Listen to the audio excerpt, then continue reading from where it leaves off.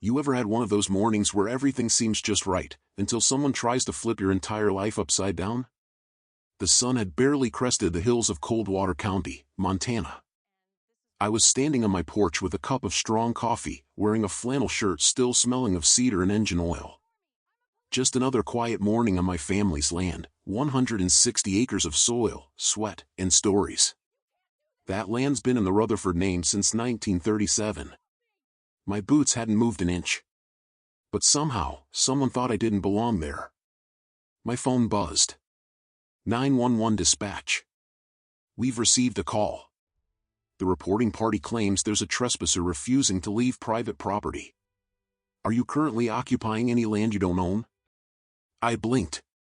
Ma'am, this is Deputy Sheriff Isaac Rutherford. That land?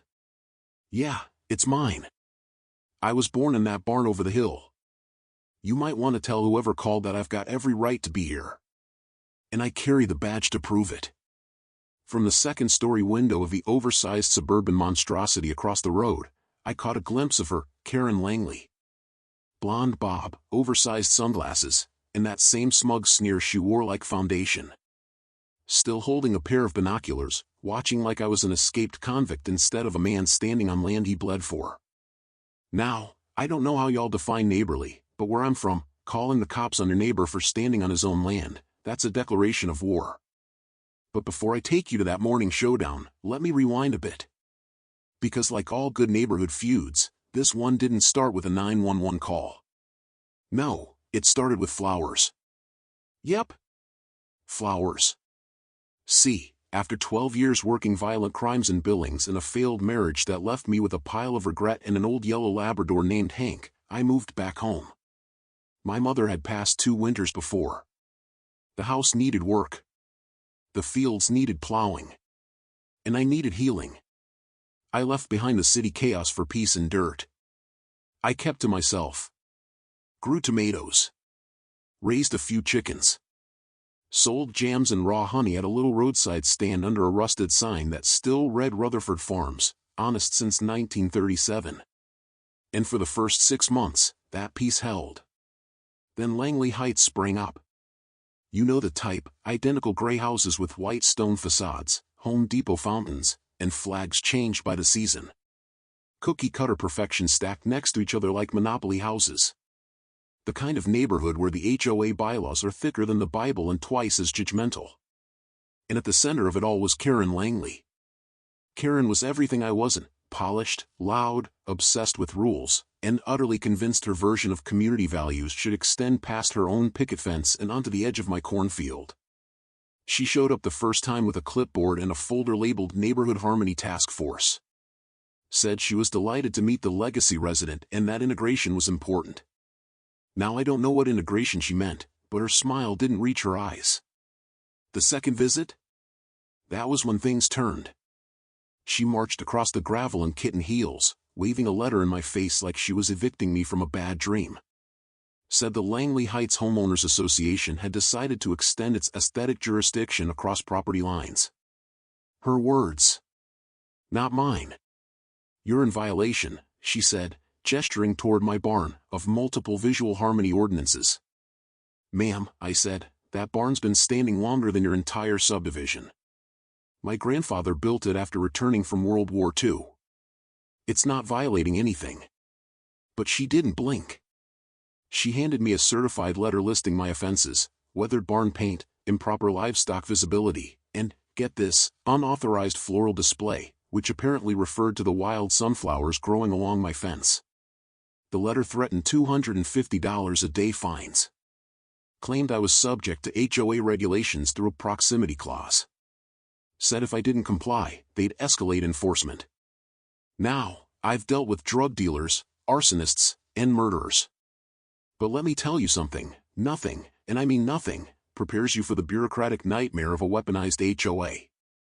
I crumpled the letter and tossed it in the compost pile. That's when she smiled. The kind of smile people wear when they think they've already won. What I didn't know then was this wasn't just about barns or flowers. This was about land. And power. And money. Over the next few weeks, things escalated fast. First, It was the passive-aggressive notes taped to my fence. Your animals are disturbing community tranquility. Please repaint structures visible from street view. Excessive rooster crowing constitutes acoustic pollution.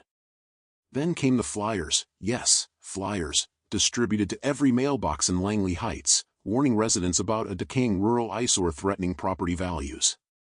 She called my homestead an eyesore. Never mind the fact that half her neighbors bought eggs and heirloom tomatoes from me every Saturday morning. Never mind that I'd let their kids feed my chickens or taught one boy how to build a birdhouse from reclaimed barnwood. Karen didn't care. Because Karen didn't want a neighbor. She wanted my land.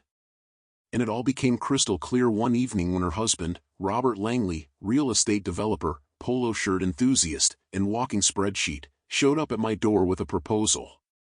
"Isaac," he said, shifting from foot to foot like he didn't want to be there, "look, let's cut to the chase. You've got 160 acres of prime land. You could be living in Belize with what it's worth. We're offering 35% above market value. Cash. Quick close. You don't even have to move right away." I leaned against my porch beam.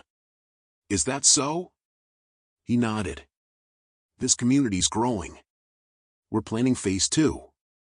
Gated section. Townhomes. Maybe a private school. We want clean lines. Consistency. Modern living." I sipped my coffee. "And my barn doesn't fit your brochure." He smiled tightly. "Not quite, no." I didn't need a second to think. This land isn't for sale. And you can tell your wife that her flyers, her threats, her letters, none of it scares me. He sighed, like he'd expected that answer. "Just be smart, Isaac. Karen's not gonna let this go." And Lord, was he right. The next morning, code enforcement officers showed up, uninvited, claiming they had a complaint about livestock near a residential area. One of them looked more embarrassed than annoyed. "Sorry, deputy," he mumbled. "We got an anonymous report. Had to follow protocol." Anonymous. Sure. Then came the zoning board letters. Then animal control. Then health department spot inspections. Karen had activated every county agency within driving distance, weaponizing bureaucracy like a general commanding troops. But here's the problem with trying to outmaneuver a lawman in his own county. I knew the system. And I had receipts. I began documenting everything. Every visit. Every call. Every letter. Installed cameras. Kept logs. I had more binders than a federal investigation.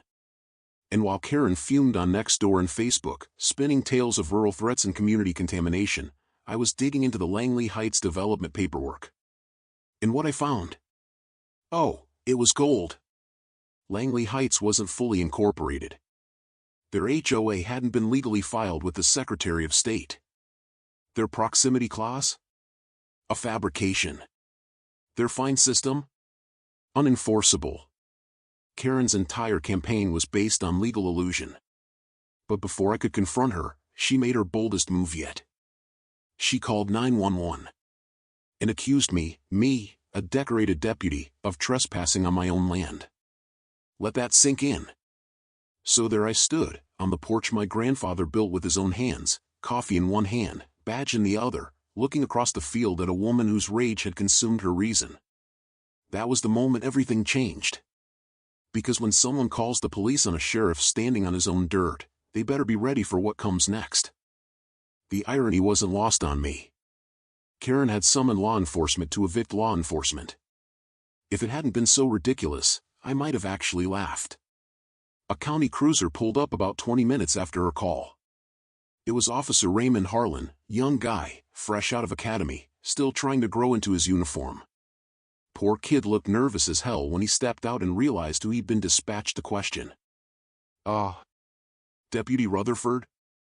"Morning, Ray," I said, sipping my coffee and leaning against the porch post. "Didn't expect to see you out here before the sun fully warmed the dirt." He scratched the back of his neck. "Got a dispatch report about a possible trespasser. Caller says you're refusing to leave private property." I raised an eyebrow. Did the report mention the property lines? No, sir. I took a slow step forward, boots crunching over dry gravel. This house, this porch, this soil, all mine. County registered. Paid up. Goes back 3 generations. You want to see the deed? Ray glanced toward Karen's house, where her silhouette still lingered behind gauzy curtains. No need, Deputy, he muttered. This is clearly a misunderstanding. I gave a dry chuckle. It's not a misunderstanding, Ray. It's a campaign. He shifted uncomfortably. Want me to log this as a false report? You do what protocol says. But mark it. This ain't the last time she's going to dial 911. I was right. That single stunt opened the floodgates. Within 2 days, Animal Control was back, this time with a warrantless inspection request citing multiple anonymous complaints about aggressive livestock and excessive noise. The livestock? 3 chickens, a duck named Boomerang, and Hank, my 13-year-old Labrador who was more likely to lick an intruder than bite one. Then the fire marshal came knocking. Said he got tipped off that I was storing combustible chemicals improperly. All I had in the shed was fertilizer and an old gaskin for the tractor, locked, labeled, and code compliant. But the final straw? A cease and desist order arrived in my mailbox. Not from the county. From Karen herself. On HOA letterhead. Her HOA. The one that wasn't even legally incorporated. The document cited 6 infractions and threatened civil penalties of up to $10,000. That's when it stopped being annoying and started being dangerous. She'd crossed into legal territory. And she was impersonating authority to do it. What Karen didn't know was that the sheriff, my boss, had already been briefed. And not just because I'd filed a preliminary harassment complaint. No, the sheriff had received a courtesy call from a federal agricultural liaison. Apparently, Karen's online campaigns had reached the wrong eyes. See, she'd taken her obsession public. She created an Instagram account, @SaveLangleyNow, and filled it with photos of my animals, my fence, even my garbage cans. She claimed Rutherford Farms was an unchecked biological hazard and accused me of distributing unregulated food products across county lines. She even tagged local health departments and USDA officials in her posts. That's how the feds got wind of it. And when the USDA shows up unannounced, it gets real. A representative named Lana Parker came to the farm in a government vehicle and asked to inspect my operations. She had the kind of clipboard that meant business in a tone that said, "I'm not here to make friends." I complied, of course. She walked the rows, reviewed my water source, checked my henhouse, inspected the canning area. 2 hours later, she stood on my porch, flipped the clipboard closed, and gave a small nod. "Mr. Rutherford," she said, "this might be the cleanest small farm I've inspected in 5 years. You're not just compliant, you're exemplary." I let out a breath I hadn't realized I was holding. "Off the record," she added, lowering her voice, "whoever's targeting you? They've been very loud." I nodded. Yeah. Loud and wrong. But all that scrutiny gave me an idea. If Karen wanted to play official, I'd show her what real authority looked like. First stop, the county records office.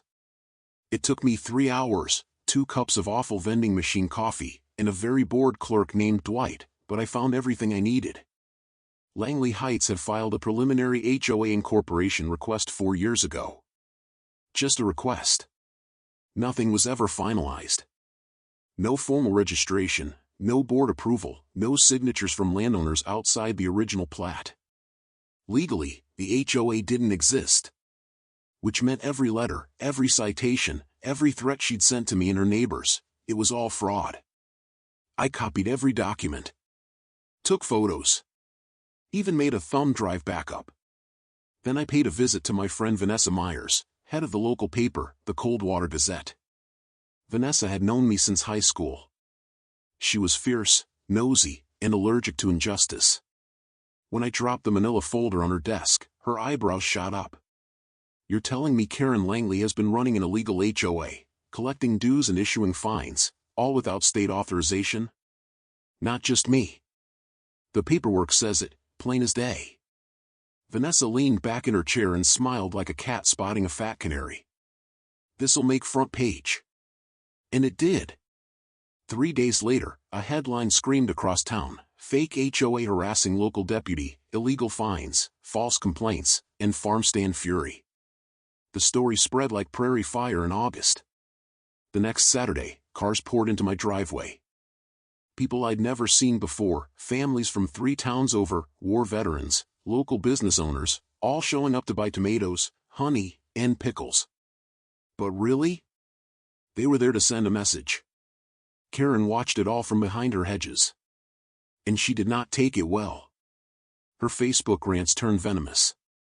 She accused me of manufacturing sympathy, of manipulating the media, and of weaponizing government against a peaceful community leader.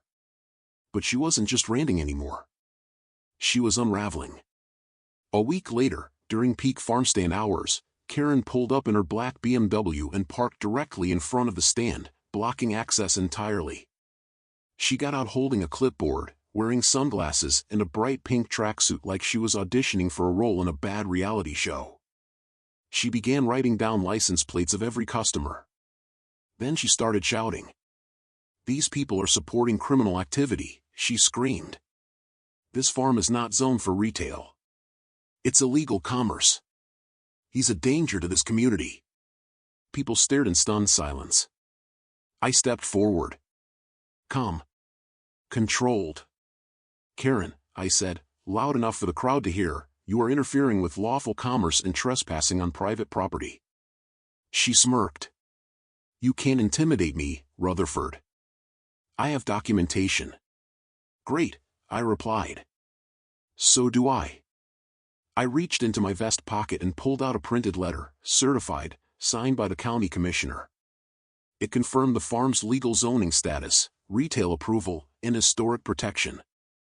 I held it up for her and the growing crowd to see. Karen's eyes narrowed. Her lips trembled. Then she turned and stormed back to her car. But not before slamming her door so hard it startled Boomerang into a panic flight across the yard. By nightfall, the video of her outburst, captured by 3 separate phones, had over 70,000 views online. Karen Langley had officially become a meme. But here's where it turned from wild to wicked. That evening, I got a knock at my door. Standing there in a suit 2 sizes too expensive for Coldwater County was Harrison Kemp, lawyer from the state capitol. "Mr. Rutherford," he said, with the oily tone of a man who's sued more people than he's shaken hands, "I represent Ms. Karen Langley. This is a formal notice of intent to pursue civil litigation regarding damages to reputation, lost property value, and emotional distress." I took the letter, skimmed it, then looked up at him. "You're about to walk into a courtroom and defend a fake HOA run by a woman who's committed multiple felonies?" Kemp's eyes flicked sideways. "There's no felony conviction on record." "Yet," I said. He didn't reply. Just gave a thin-lipped smile and walked back to his Lexus. Inside the envelope was a 14-page letter demanding immediate cessation of farmstand activities, removal of all non-conforming structures, and financial compensation for community disruption. It was laughable. But it was also dangerous. Karen wasn't just escalating, she was doubling down. What she didn't know was that I'd already forwarded the HOA fraud evidence to the district attorney. And the DA? She was interested. Very interested. Because Karen's little campaign wasn't just harassment. It was organized fraud. The moment that civil notice hit my palm, I knew we weren't dealing with just a nosy neighbor anymore. This was war. Karen had weaponized every system she could find, social media, HOA threats, zoning complaints, and now, full-blown litigation. But what she hadn't realized yet was that I wasn't just a farmer. I was a trained lawman. And everything she was doing? It was playing right into my hands. The morning after the letter from her lawyer, I called up my friend Sarah Hawthorne. Assistant District Attorney. Sharp as a tack and meaner than a rattlesnake in a coffee can when someone messed with people who couldn't fight back. I gave her the rundown, every letter, every inspection, every legal misstep, and emailed over the HOA documentation I'd uncovered. 15 minutes later, she called me back. "Isaac," she said, you're sitting on a live wire. If this is what it looks like, this isn't just civil fraud. It's criminal. That was the turning point. Sarah got her team involved. She opened a preliminary inquiry into Karen's financial activities, and within 48 hours, she'd uncovered something explosive. Karen Langley had opened a private checking account under the name Langley Heights Administrative Fund. Not an HOA account. Not a trust. Just a basic personal bank account, where she deposited over $170,000 in dues collected from her neighbors over the past 3 years. She was using that money to pay off her BMW lease, fund shopping sprees at designer outlets in Bozeman, and take luxury spa weekends billed as board retreats. And it was all traceable. All logged. All taxable income she'd never reported. What started as Karen's campaign to beautify the community had officially crossed the line into embezzlement and tax fraud. I wasn't just fighting back anymore. I was winning. But Karen didn't know that yet. In fact, she thought her fake lawsuit had me pinned.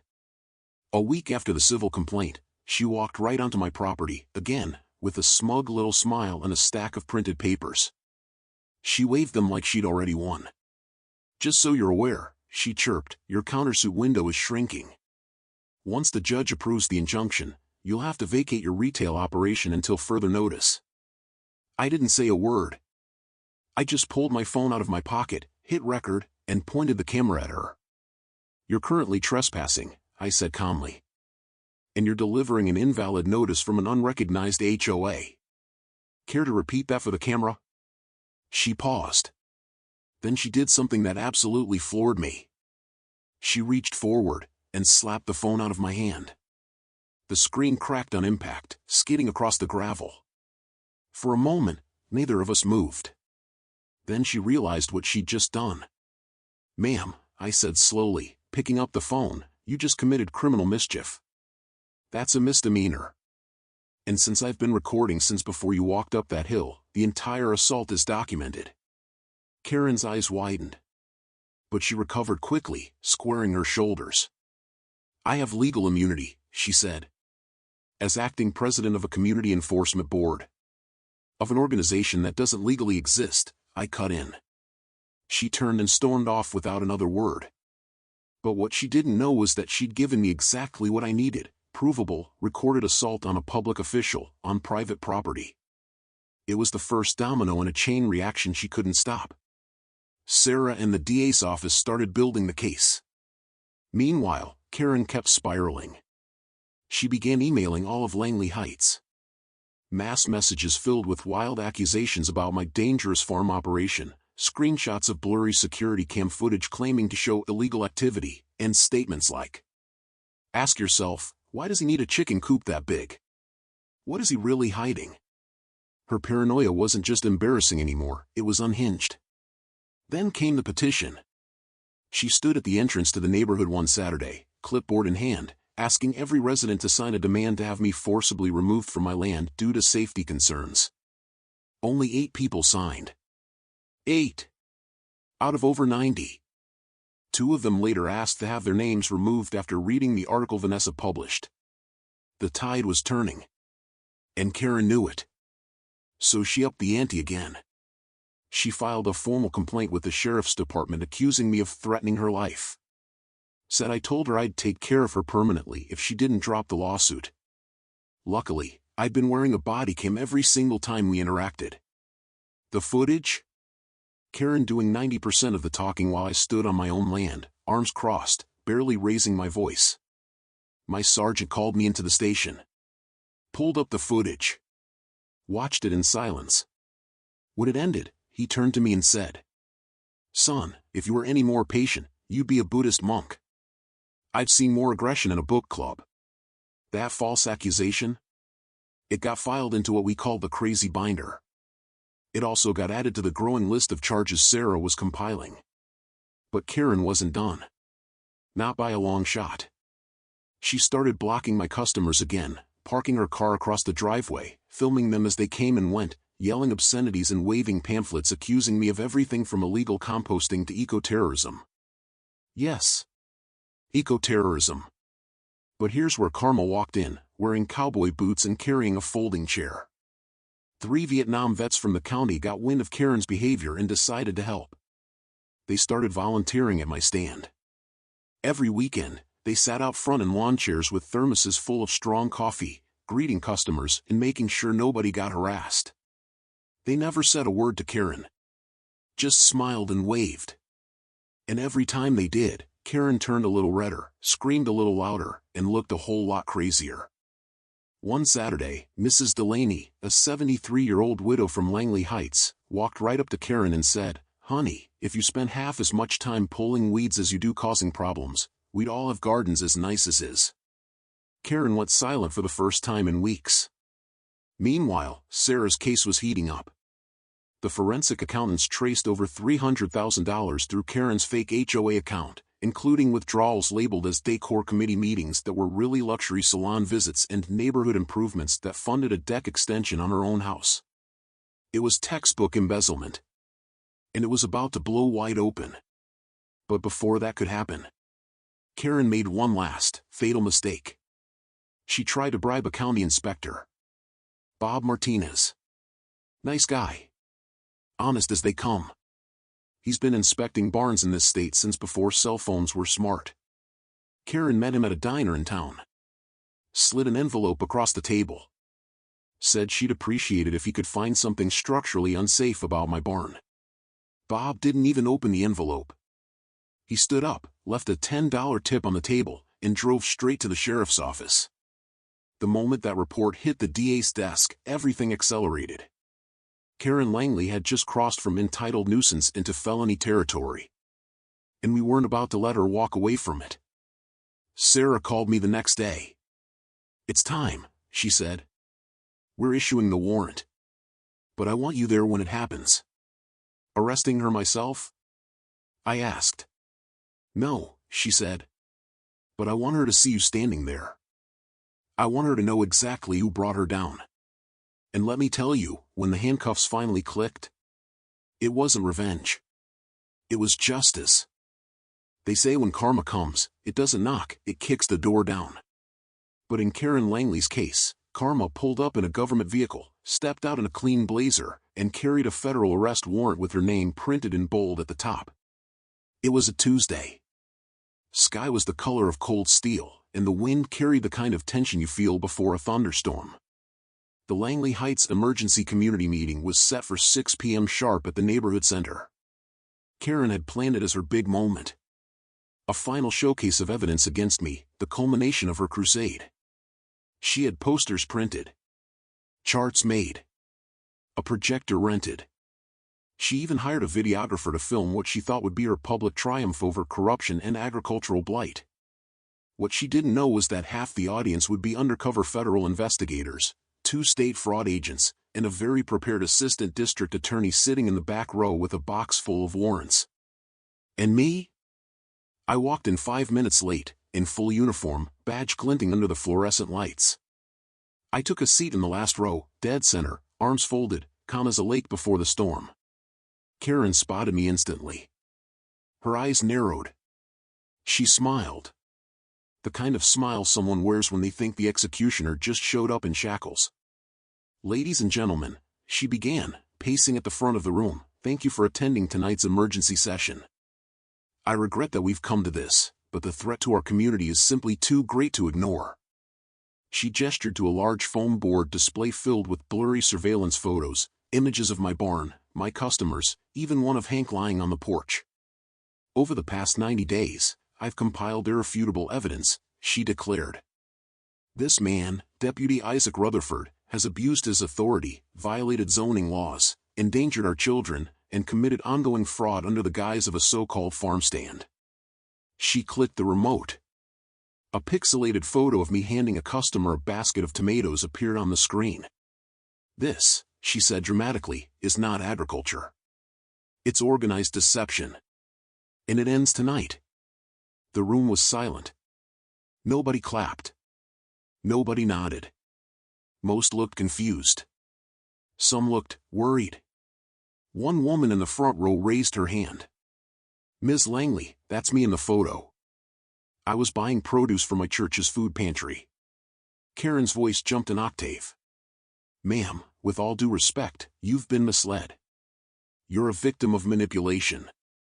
The woman didn't blink. I bought 3 jars of jam and a squash.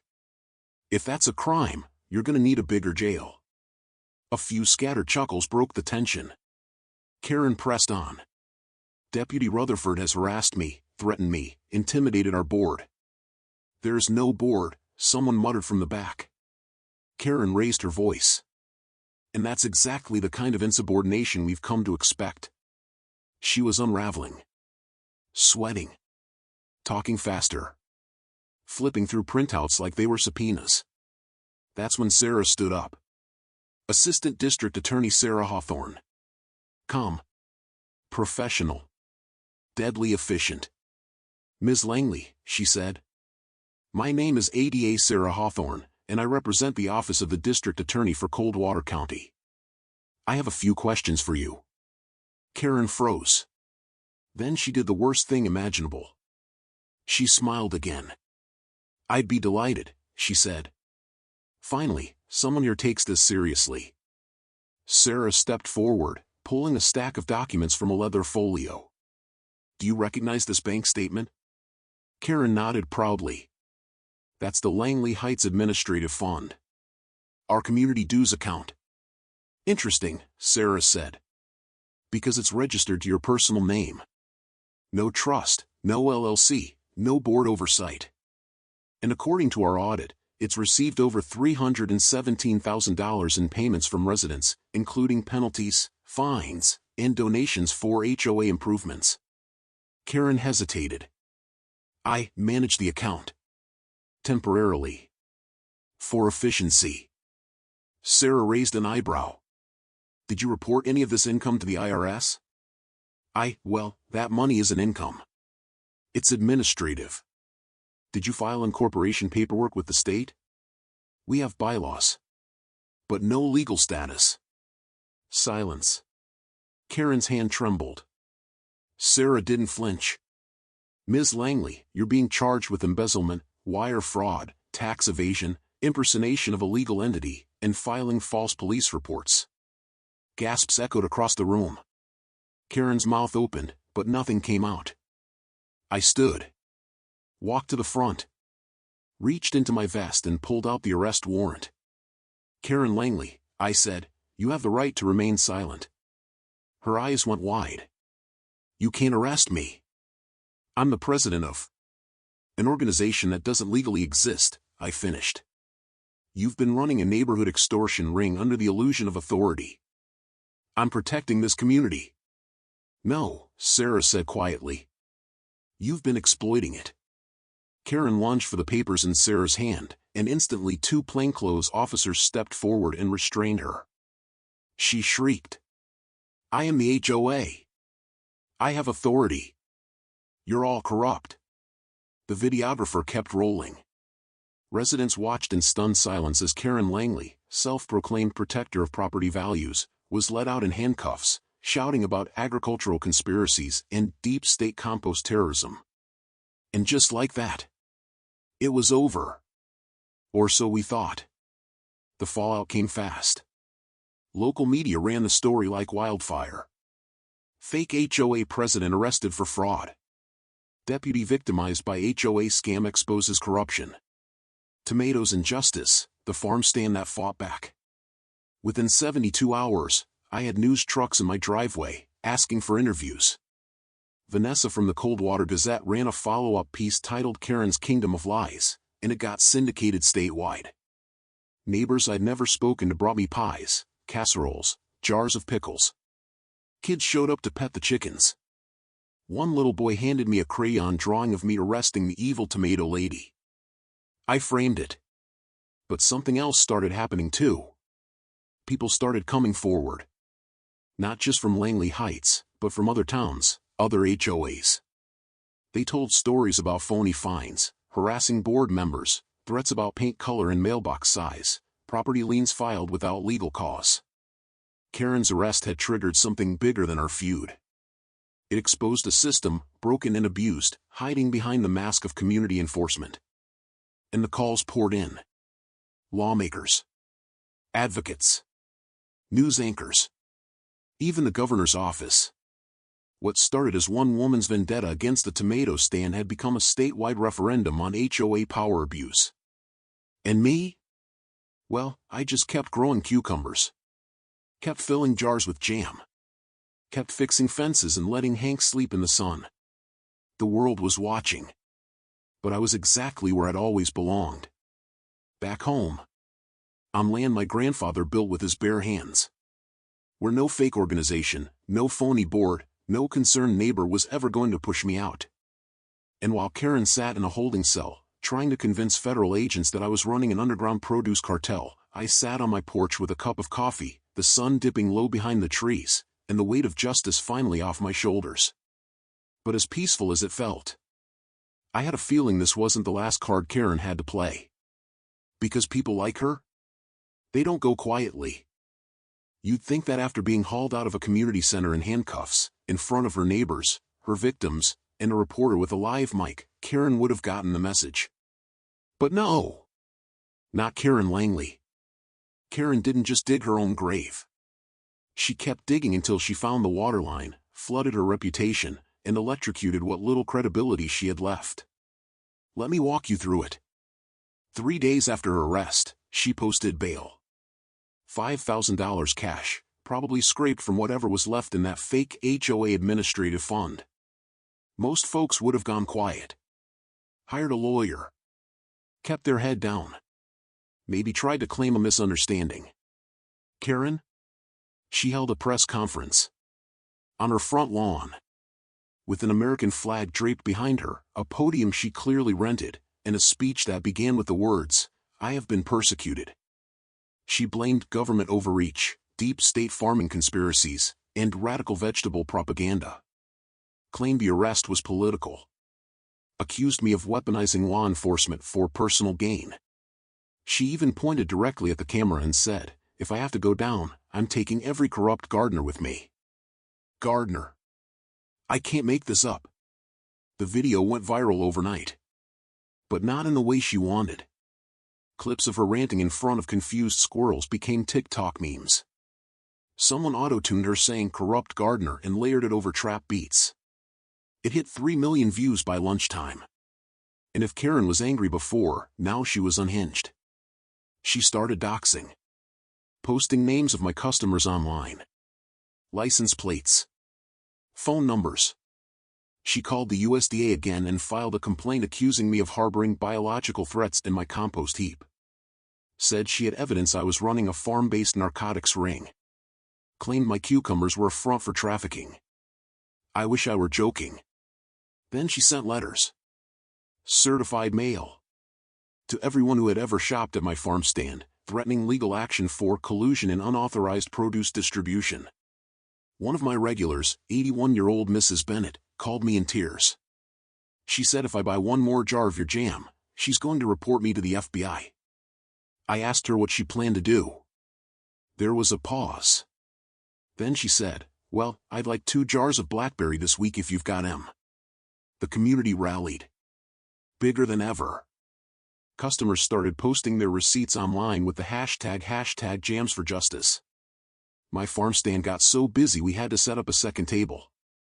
Local veterans came out again with lawn chairs, waving American flags and holding signs that read, "Farm On." But Karen? She kept going. And she got worse. Much worse. One night, around 2:30 a.m., my security cameras picked up movement at the edge of the field. There she was, dark hoodie, gloves, stumbling through rows of squash, with a plastic jug in hand. She was pouring something. Later, we confirmed it was industrial-grade herbicide. She tried to poison my soil. Only problem? It was the windiest night of the month. Most of it blew back onto her own lawn. The next morning, her perfect green turf looked like someone had torched it with a flamethrower. Brown streaks. Chemical burns. Her prized roses wilted to black husks. She destroyed her own property trying to sabotage mine. Karma really does have a sense of humor. We reported the trespassing and attempted crop contamination. Sarah added felony criminal mischief to the growing stack of charges. But that still wasn't rock bottom. That came 2 weeks later, when Karen called the DA. She filed an official report stating that Deputy Isaac Rutherford, was running a narcotics operation disguised as a tomato stand. She claimed to have observed handoffs, coded language, and heavy traffic after dark. She listed every delivery van, every pickup truck, every SUV that came to my property in the past month. She drew maps, labeled vehicles. She even printed stills from her home security system and drew red circles around suspicious packages, which turned out to be sacks of potatoes. And the worst part? The DA had to investigate it. Because that's how the system works. So one Tuesday morning, 2 unmarked federal vehicles pulled into my drive. I was weeding rows of zucchini with Hank sitting nearby. The agents introduced themselves. Professional. Polite. Not their first rodeo. Deputy Rutherford, one of them said, "We received a report involving your property. We're required to take a look around." "Of course," I said. "You'll find tomatoes, jam, and chickens. Let me know if the goat gives you trouble." They spent 2 hours walking the property. Checked the barns. Tested the soil.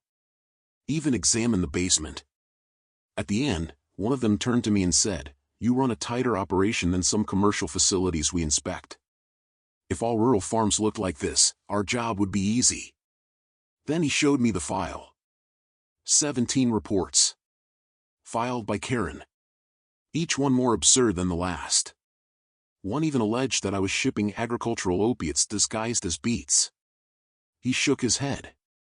"We're forwarding this to the U.S. Attorney. Filing false reports with a federal agency is a serious offense." When I told Sarah, she lit up. "Good. That's the last piece. We've got financial fraud, trespassing, harassment, bribery, false reporting, criminal mischief, and now federal obstruction. That's enough for multiple indictments." But Karen? She wasn't done. In fact, she was just beginning her final meltdown. Because when someone loses control, but can't admit they were wrong, they don't stop attacking. They double down. She tried to file a civil suit against the sheriff's department. Claimed I had used department resources for personal vendettas. The judge dismissed it within 48 hours. She accused Sarah, the ADA, of conspiring with agricultural extremists. She mailed a handwritten letter to the governor, begging for intervention against tomato-based tyranny. And then, she turned on her own husband. Robert Langley. The man who once stood beside her at HOA cookouts, smiling like everything was under control. He hadn't said a word through the whole ordeal. Until now. Because in the chaos of Karen's collapse, Robert had been doing some soul-searching. And more importantly, some cooperating. Sarah told me over coffee one morning, he's flipped. Full cooperation. Bank records. Emails. Phone logs.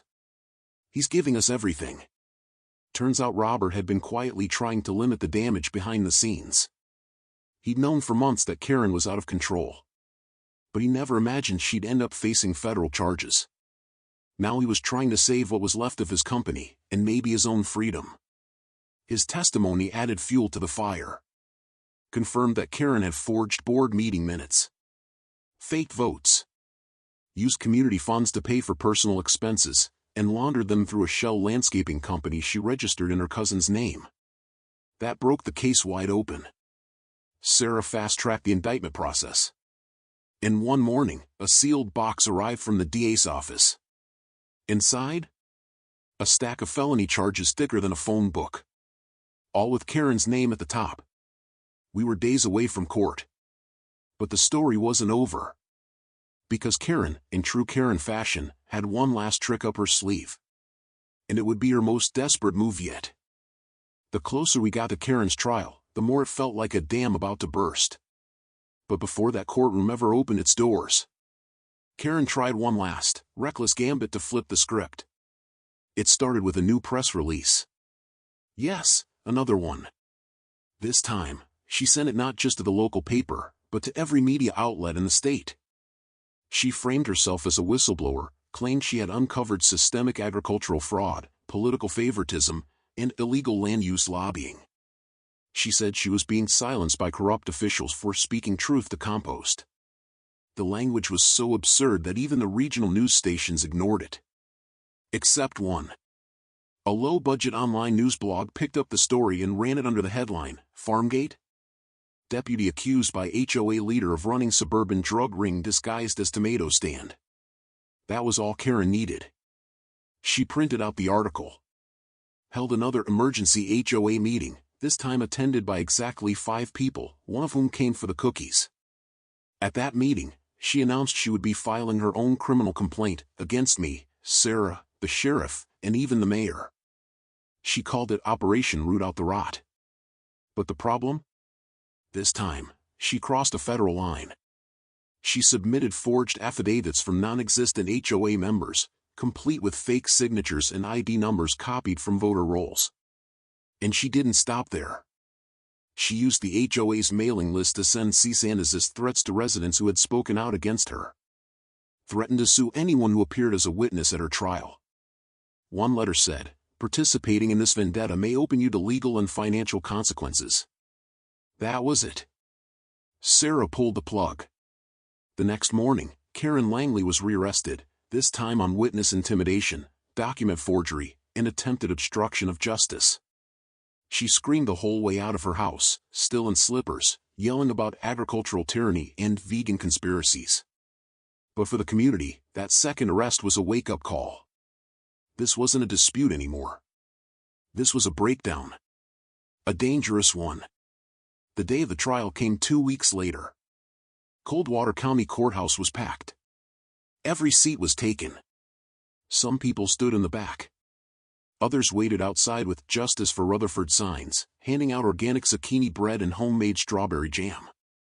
A local radio station was live tweeting the proceedings. The judge? Honorable Patricia Morrison, retired Navy, no-nonsense, and famous for her intolerance of theatrics. Karen showed up representing herself. She wore a bright red blazer with shoulder pads that made her look like a varsity quarterback on laundry day. Her opening statement was legendary. "Your Honor," she began, "I stand here as a voice of the silenced. A protector of suburban order. A defender of values in the face of vegetable anarchy." There was a long pause. Then Judge Morrison simply said, "Ms. Langley, this is a fraud trial. Not a TED Talk." Karen tried to argue that all the money she took was part of a neighborhood beautification campaign. Tried to claim that I was selling unregulated agricultural substances in mason jars. Tried to introduce her own printed Facebook posts as evidence, complete with angry emoji reactions. None of it stuck. Because Sarah, cool as ever, presented a mountain of real evidence. Bank statements with HOA dues spent at designer boutiques. Surveillance footage of Karen trespassing and pouring herbicide on my land. Audio recordings of her threatening neighbors. The false police reports she filed, all 17 of them. Testimony from Robert Langley, confirming she faked HOA board meetings and used neighborhood funds to renovate her own house. Then came the witness list. It was like a parade of everyone Karen had ever crossed. Mrs. Bennett, the grandma she threatened for buying jam. Bob Martinez, the county inspector she tried to bribe. Detective Riley, the federal agent who handled the DA false report case. And finally, me. I took the stand. Swore in. Looked Karen straight in the eyes. I told the jury everything. From the first bogus HOA letter to the 911 call claiming I was trespassing on my own family's land. I explained the harassment, the inspections, the social media crusade, the lawsuits, and the threats. I showed them the body cam footage. The emails. The petitions. But I didn't yell. I didn't curse. I didn't even raise my voice. Because I didn't have to. The facts were louder than anything Karen had ever screamed. When I finished, Judge Morrison turned to Karen. "Ms. Langley," she said, "do you have any questions for the witness?" Karen stood. Shuffled some papers. Looked at me. Then she said, "Did you ever love your land more than your duty?" The courtroom went silent. I stared at her. Then I replied, "My duty is to protect what's right. And sometimes, that includes the land. And the people on it." Karen said nothing. She sat down. And that, for the first time in months, was the end of her voice in the courtroom. The jury took less than 3 hours. Verdict: guilty on all counts. Fraud, embezzlement, obstruction, harassment, filing false police reports, attempted bribery, witness intimidation. Judge Morrison sentenced her to 3 years in federal prison, $400,000 in restitution, and 500 hours of community service, to be served working on local organic farms. That last part? That was poetic justice. Karen Langley, the woman who tried to destroy my land, would now be pulling weeds, composting scraps, and learning firsthand what it meant to respect agriculture. Her lawyer tried to object, said it was cruel and unusual punishment. The courtroom laughed. Even the bailiff smirked. When Karen was let out in cuffs, her eyes scanned the crowd. No allies. No applause. Just silence. And a single, echoing truth. She had lost. Not just the case, but her influence. Her grip. Her illusion of power. The woman who once controlled a neighborhood with fear and paper threats now had a jumpsuit with her name on it and a list of community gardens waiting for her help. But this story isn't just about Karen going to prison. It's about what came next. Because her collapse wasn't the end. It was the beginning of something better. Something bigger. Something no HOA dictator could ever control again. The dust had settled. Karen Langley was behind bars, her red blazer traded for a beige jumpsuit and her HOA kingdom reduced to court records and cautionary headlines. But something strange happened in the silence that followed. People started breathing again. It was as if the entire neighborhood had been holding its breath for years and finally remembered how to exhale. Langley Heights, once a cluster of overpriced homes ruled by petty rules and fake authority, began to look, sound, and feel normal. I still remember the day it changed. It was 2 days after the sentencing. I was out front pruning a line of tomato vines when I heard laughter, real, carefree, full-bellied laughter, from across the road. A group of neighbors were gathered on the Langley lawn. Yes, her lawn. They were tearing down one of Karen's HOA signposts. You know the type, the stiff little placards that said things like, "No vegetable stands permitted past this point. No parking longer than 7 minutes. Community standards enforced by HOA authority." They'd pulled them out like weeds. And replaced them with something new. Hand-painted signs that said, "Welcome. Farmers Market Saturdays. Tomato parking? Always." I stood at the edge of the road, watching them. One of the dads, Dave, who used to avoid eye contact with me after Karen's smear campaign, raised a hand and waved. "We're gonna host a block party next weekend," he called. "You better bring those zucchini fritters." "I'll bring the jam," I called back. And just like that, it was over. But it wasn't just about celebration. It was about rebuilding. Because Karen's HOA hadn't just harassed me. It had drained the entire community, of trust, of joy, of connection. For years, people lived with silent resentment and artificial rules. They tiptoed on their lawns. Whispered about fence heights and mailbox paint. Avoided one another, worried they'd be reported for letting their kids chalk the sidewalks. But now? They were planting. Cooking. Helping. Langley Heights became a different place. 1 week after the trial, 43 households met at the community center, the same one where Karen's arrest had happened, and voted unanimously to form a real HOA. A legal one. Transparent. Democratic. Fair. They elected an interim board. Established bylaws that actually made sense. In the very first article in the new HOA charter, no policy shall override or limit any lawful agricultural activity on any resident's property. I framed a copy of that clause and hung it inside the barn, right next to my grandfather's photo. But the changes didn't stop at the neighborhood.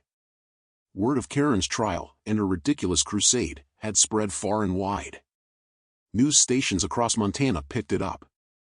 Talk radio shows debated the dangers of unchecked HOA power. State legislators took notice. And within 2 months, the Montana Rural Property Rights Act passed with overwhelming support. The law required all HOAs to file formal incorporation within 90 days of formation. Annual financial disclosures to residents. Mandatory legal reviews of HOA authority before any fines could be issued. Automatic exemptions for agricultural operations on private land. It was a landmark bill. And somehow, it all started with a goat named Biscuit, a jar of honey, and a woman who hated tomatoes. But here's the part that still gives me chills. After the trial, I started getting letters. Not from lawyers. Not from agencies. From people. From across the state. Even out of state. Small landowners. Farmers. Widows living on inherited property. Single moms fighting with HOAs over garden beds or backyard chickens. They all said the same thing. I thought I was alone. I thought no one would believe me. Your story gave me the courage to fight back. I never expected to be part of a movement. I never wanted to be a symbol. But somehow, Karen Langley's war against my quiet life became the catalyst for something bigger than both of us. A movement about truth. About land. About standing your ground when bullies come knocking with clipboards and bad intentions. One Friday morning in mid-autumn, I stood at the edge of the field, sipping coffee, watching kids from the local school unload off a yellow bus. It was their first-class trip to the farm. Their teacher, Mrs. Dwyer, waved to me and hollered, "We're here for the Know Your Roots tour." We'd turned the old hay barn into a mini education center, chalkboards, seed tables, a composting demo corner. Hank wore a little bandana labeled Farm Security. He got more photos taken of him that day than any pumpkin. Later, I showed the kids how to plant spinach starts. One of them, a skinny boy named Marcus, looked up and asked, "Did you really arrest that lady with the clipboard?" I smiled. I did. He thought about it a second. She must have hated spinach. The whole group laughed. And I realized, right then, that Karen had become something more than just a neighborhood tyrant. She'd become a lesson. A living reminder of what happens when fake power collides with real truth. Meanwhile, Karen was serving her sentence. Federal prison. 3 years. Minimum security, but no spa days, no HOA meetings, and certainly no neighborhood beautification projects. Part of her plea deal required her to complete 500 hours of community service, specifically, farm labor. Word had it, she was assigned to a cooperative in the next county over. Organic strawberries, goats, and bees. Apparently, her first week involved scrubbing beehive boxes and accidentally letting loose an entire colony. Fitting, I thought. The woman who used to fine people for having the wrong kind of mulch was now elbow-deep in compost piles. And according to an anonymous letter from one of her supervisors, she was not handling it well. But here's the thing. This story? It was never really about Karen. It was about everyone she tried to control. Everyone she underestimated. Everyone she thought would just roll over and pay the fine, trim the tree, move the fence, shut up and stay quiet. It was about resistance. Not the angry kind. The quiet, unshakable kind. The kind that says, "This is my land. My home. And no amount of clipboard confidence is going to scare me off it." And that resistance? It was catching on.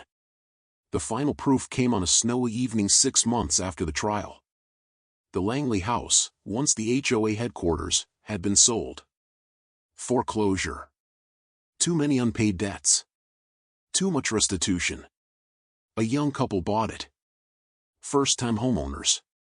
New baby on the way. I walked over with a pie and a jar of apple butter. That's what neighbors do, after all. They greeted me at the door with tired smiles and a welcome mat that read, "Live. Laugh. Compost." We talked on the porch for a while. They didn't know the full story. Had only heard bits and pieces. When I told them, their jaws dropped. She tried to shut you down over vegetables? Yep. But now there's a law named after your case? Also yep. The man laughed. Well, we picked the right house. Seems like this land has a way of standing up for itself. And I smiled. Because he wasn't wrong. Some stories end with a bang. Others, with a quiet breath of peace. Mine? It ended with tomatoes. Not flashy. Not dramatic. Just perfectly ripe, sun-warm tomatoes handed to a little girl in pigtails who smiled so wide, it could have lit the whole county. That's how I knew we'd made it. Not just me. All of us. Langley Heights, once stiff with paranoia and HOA patrols, was now bursting with life. Kids on bikes. Hand-painted murals. A garden on every third lawn. And the old Langley house? A baby cried there now, sweet and new and unaware that 6 months ago, the place had been a battlefield for pettiness and power. I'd walk past it on my way to the stand sometimes. Not out of spite. Not to gloat. But to remind myself how close we'd come to losing what mattered. How easy it is for good people to stay quiet when someone loud with a clipboard comes knocking. And how powerful it is when we stop being quiet. I still kept the old HOA letters. The threats. The phony citations. Even the zoning complaint Karen scribbled in red ink. People ask me why. Why keep the evidence of a time that nearly drove me off my own land? Simple. Because it's proof. Proof that even when the system bends, even when it creaks under pressure, it doesn't always break. It just needs someone to push back. And sometimes, that push comes from the most unexpected places. Like a jam stand on a gravel road. Or a deputy with dirt under his nails and chickens that like to sleep in flower pots. A few months after Karen went away, I got a letter. No return address. But the handwriting? Slanted, meticulous, familiar. It was from her. Typed, not handwritten. But signed in ink. Deputy Rutherford. I've had some time to think. More than I ever planned to. More than I wanted. But time has a funny way of making you see the world differently. I still don't agree with how you handled things. But I can no longer deny that I caused harm. Maybe I was trying to protect something. Maybe I just liked control. Maybe I was scared that if I didn't run the neighborhood, no one would. I'm not asking for forgiveness. I'm asking that you take this, a small truth, and know that I finally saw what I became. Thank you for standing your ground. KL. Asterisk. I read it twice. Then folded it. And tucked it in with the others, not as a trophy. Not as an apology. But as a chapter closed. Karen Langley didn't go quietly. But she did go. And in her absence, the community found its voice again. The farm stand grew. We expanded the greenhouse. Started a seed exchange. Vanessa from the paper called it the tomato uprising. I just called it normal. Every Saturday, families came to shop. Teenagers volunteered for credit. Elders shared stories under the cottonwood tree we planted near the back fence, the one Karen tried to have cut down for aesthetic consistency. We named it Justice Tree. Because, why not? Every fall now, we host a harvest dinner beneath it. Neighbors bring what they've grown. We hang lanterns. Tell stories. Laugh. And every year, someone asks about her. Do you remember that HOA lady who tried to sue you over compost? And every year, I answer the same. I remember someone who tried to scare me into silence. But I also remember everyone who spoke up. That's who I remember most. Because they're the ones who mattered. One afternoon, years later, I stood on the porch, coffee in hand, watching the breeze ripple across the corn rows. My niece, just 5, tugged on my sleeve. Uncle Isaac, she said, was it true that someone didn't want you to sell strawberries? I nodded. She thought about that. Then said, that's so silly. Strawberries are awesome. I chuckled. Yeah. They really are. Then she said something I'll never forget. But you didn't stop. It hit me harder than I expected. I knelt down beside her. "No," I said softly. "I didn't. And I never will. Because this land? It's not just soil and seed. It's memory. It's family. It's a promise. To stand tall when you're told to shrink. To speak when you're told to hush. To grow when someone else is desperate to tear you down. Karen's gone now. Long since moved to another state after her release. Rumor has it she doesn't mention the HOA days anymore. Probably for the best. But around here, we still remember. Not with bitterness. With gratitude. Because she gave us something none of us expected. A reason to wake up. A reason to speak out. A reason to finally look each other in the eye and say, we deserve better than fear. And the best part? We built it ourselves. One tomato at a time.